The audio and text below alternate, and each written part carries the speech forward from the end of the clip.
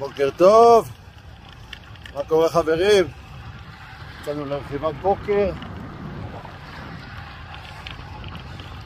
5 בבוקר,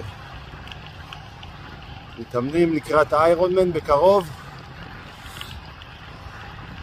רציתי לדבר איתכם על 5 בבוקר, איך קמים ב5 בבוקר, כמה קשה זה להכין את עצמך נפשית יום לפני, לקום ב5 בבוקר, ואז שמתעוררים כמה קשה זה לדחוף את עצמך לצאת מהמיטה, כמה קשה. אבל אם יש מטרה, המטרה הזאת יכולה כן להעיר אותך ב5 בבוקר בקלות, כל עוד יש מטרה. אם המטרה שלי לעשות האיירונמן ולעשות עכשיו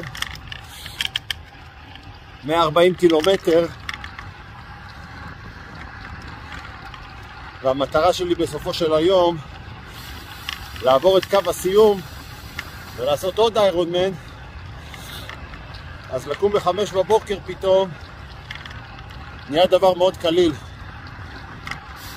כל עוד יש מטרה, תמצאו את המטרה שלכם ואז תוכלו לקום מוקדם. קמים מוקדם, מתחילים לפני כולם,